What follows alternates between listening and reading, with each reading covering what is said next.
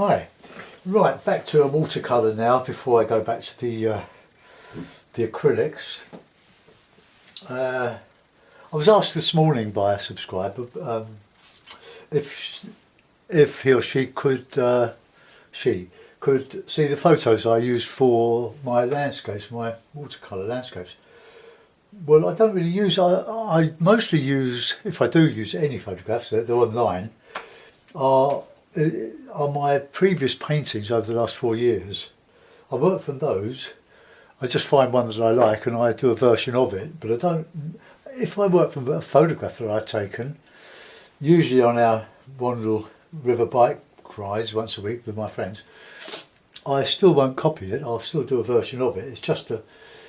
So I suppose you could say that all my landscapes are abstract impressions, because they don't exist, but they're based on reality rather than based on a sort of a non-intellectual abstract expression, which I like doing. They're fun to do. I love the colour.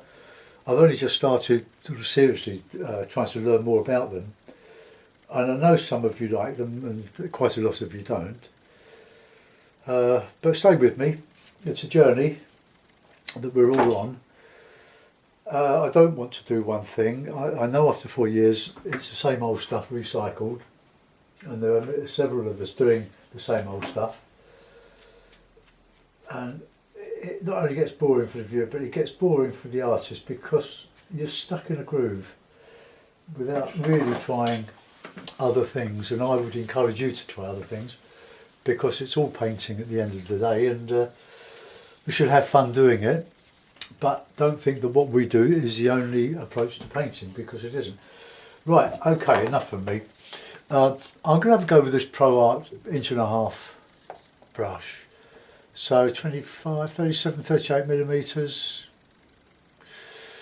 It's slightly thicker hair than this is goat hair, I think.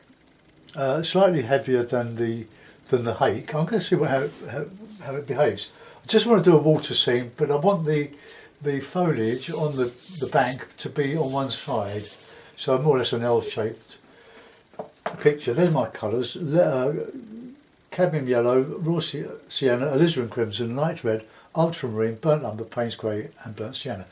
The paint is a bit tacky because I squeezed it out a couple of days ago, but generally I like to soften it with a bit of water.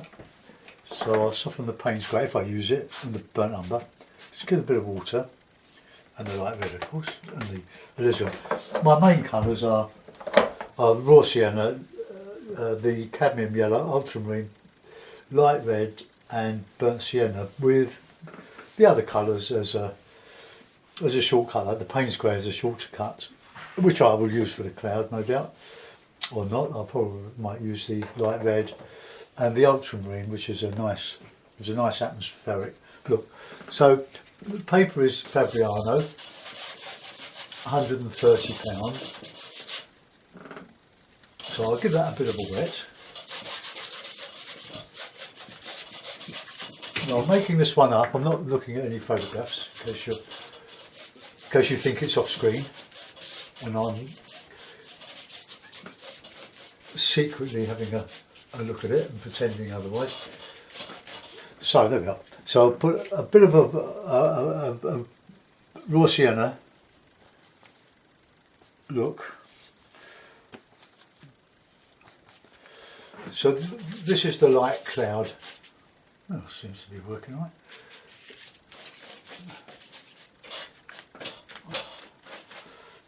And where the water's going, let's give it a bit darker. And then we go with a bit of ultramarine and a bit of light red. Now remember that the paint dries a lot lighter than you put it on, so allow for that. Get a nice rich mix. And as the clouds come down to the horizon, they get weaker. Well, I'm going to go a bit darker at the top there.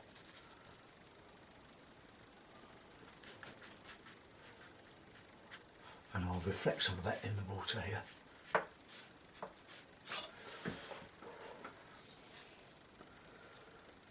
So don't panic, it'll dry later.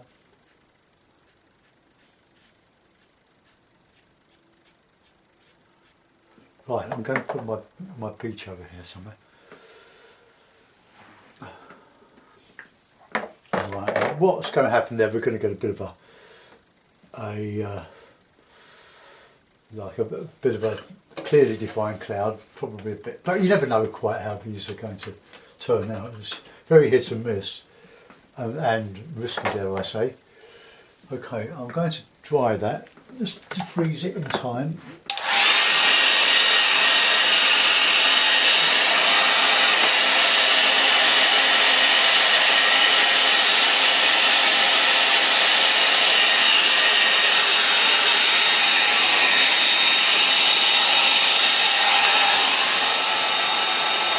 Just re-wet that.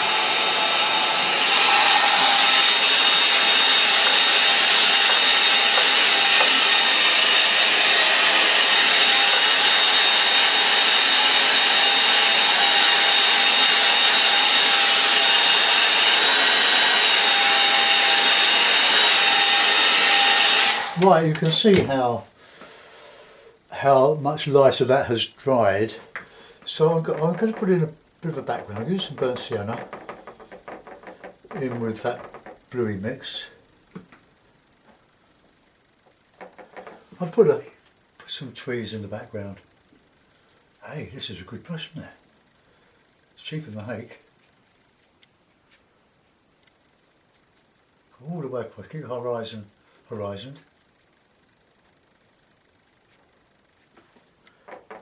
Bit of yellow and a bit of sienna, burnt sienna, just to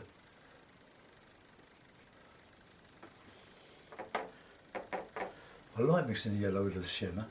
That cadmium yellow is a lot nicer than the lemon yellow, I think, but that's just my opinion. But you've got to choose your own colours really, whatever works for you.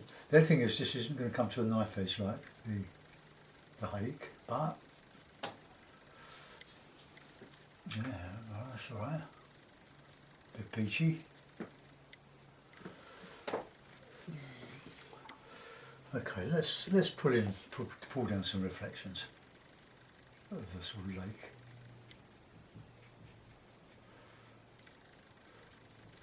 I've never used this brush for watercolours.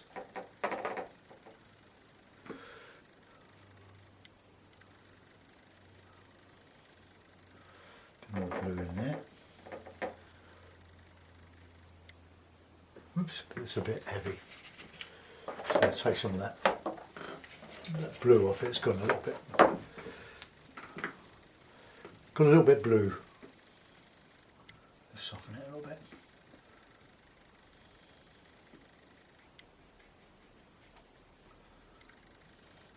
Right, that'll do. Right, I'll reclip and then we'll put in some beech. And I'm going to use some burnt sienna for that. I'll just clean the palette. A bit of paper. Got a huge roll of paper towel here.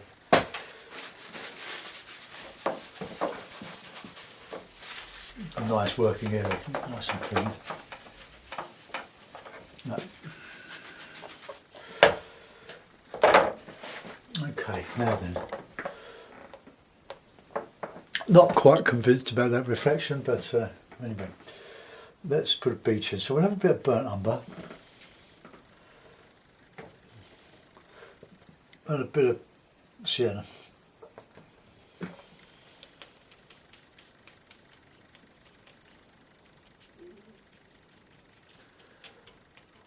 And we can put some shadow in there.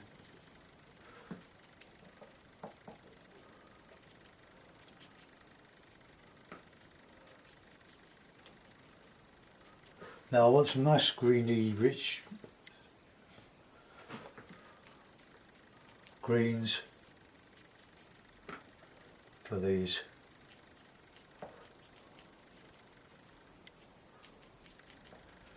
trees here, just on the bank, coming down to the water. I want to add a bit of shadow. And the paint is almost like straight out of the tube. But that's okay, because we want some darks in there. We want to etch out some of this shadow in the tree there. With the shadow, we can go a little bit mad with the colours. Leave some air holes or bird holes for the birds to fly through.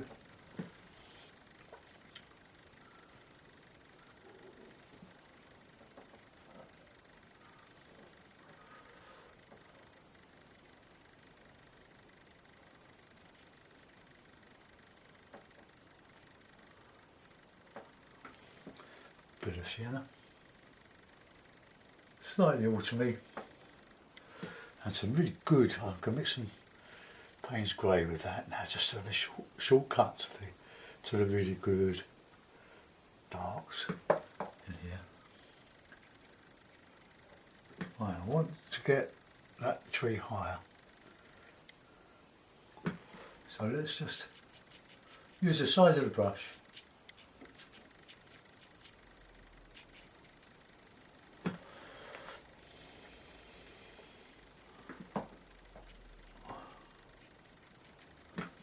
We'll put some darker greens, maybe using the blue and the red as well.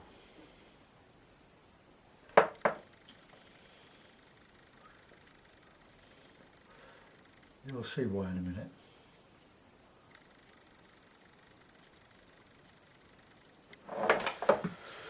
Right, okay.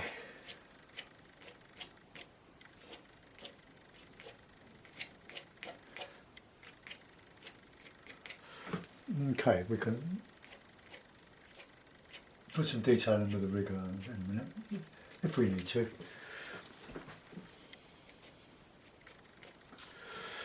Right, let's go with a bit of dark stuff on the foreground now. All those colours, just load them all up. Blue, sienna. I want to put some rocks in this.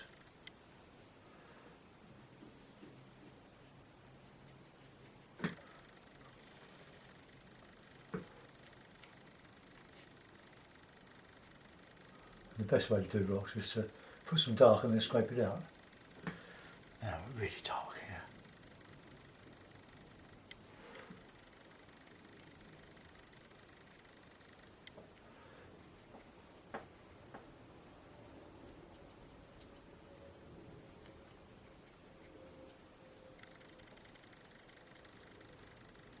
Right, okay, I've got to do something on this.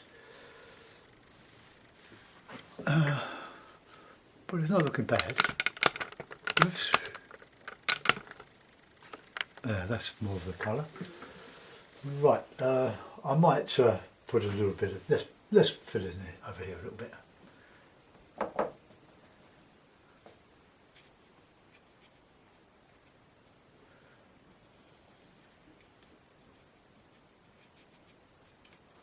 Just to balance.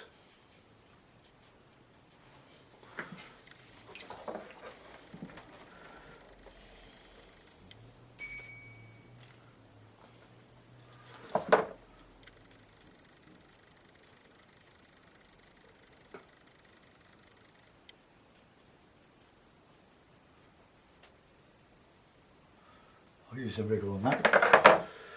Right, let's put it tight. Well, it's not a bad brush for a couple of pounds from B&Q or wherever I got it. B&Q is sort of like home base, the UK home base type of supermarket, DIY. Well, and not just DIY, and trade as well. Come on, let's pick my card. Oh dear, oh dear, oh dear. Where's my card? Oh, there it is. They're everywhere, my cards.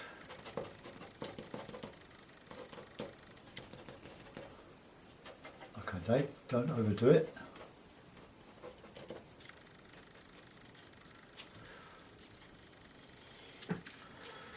I know you like this, but it's so easy. The danger, of course, is just doing too much of it.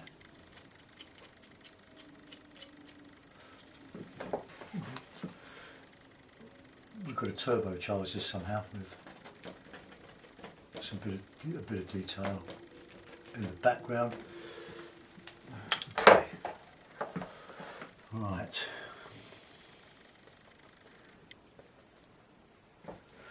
I want to put a bit of tree stuff in there. So a bit of sienna, a bit of ultramarine. So I'll just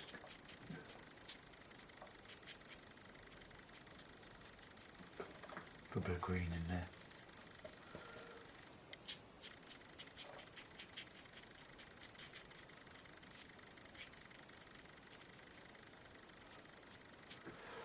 Now, where's our light coming from? Overhead, so no shadow.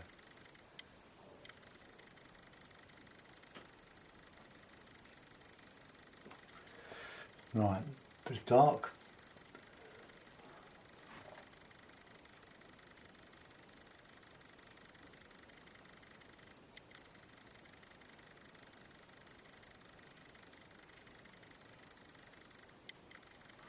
So that just fills in that side, and it gives a bit of balance to the picture without one side dominating too much. But you don't want to compete, you want symmetry. Okay, well that's easy, could it? Put some variety in here. I saw something like this on telly. That's TV. And I just remember things like that. I can't. It's a good idea to keep it in your memory and try and do a version of it without any reference material. I'm not using any reference material. Right, okay. Now I'm going to clean that out a bit. It's gone a little bit thick there, so.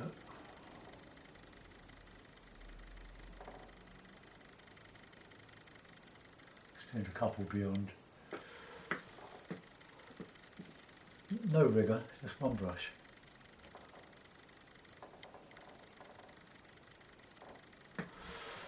Right, okay. How's that look? Oh, that's looking right, nice and simple.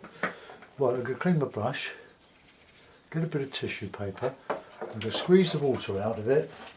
Don't pull the hairs on brushes, just squeeze them gently, squeeze the water out, but don't pull, especially on the hake. The last thing you want is to pull a clump of hairs out. They're stitched in clumps, and when you squeeze out the hake, look, just do that, but don't do that because you'll lose your brush, and that will be such a shame. Now a bit of tissue paper with my bog roll. There it is. Okay, got it everywhere. Okay, so let's just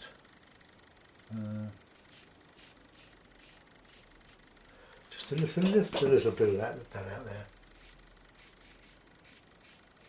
Show some wind ruffle, and then a bit across there.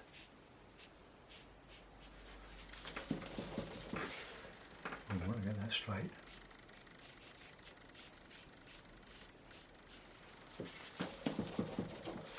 Okay, a bit more there. That's better. That's quite a lot better. And we just put a little bit there. Okay, now with a little 1/2 inch brush, which is somewhere on here. Oh dear. Here it is. I knew it wasn't far. So get it nice and damp, and then go up to there and just lift a little bit of that, just loosen the pigment, and we put in a boat, and then we put in another boat. If one looks good, two will look twice as good. But 7 or 8 would look ridiculous. Right, okay, now I will use a rigger just for my birds. Where's the rigger? Oh, got it.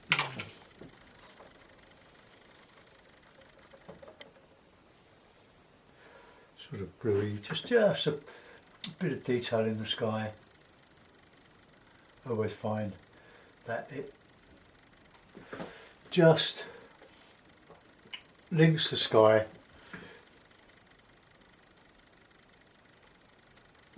to the land. Right, okay, that'll do it. That's a very simple exercise for you to have a go at. Right, I'm going to bring my board up.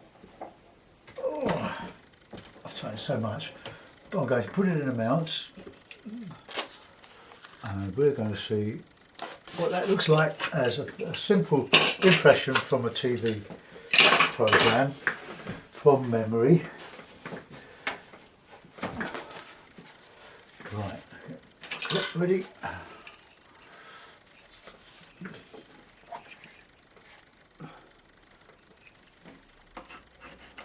There. That on the other side. Bring the camera down.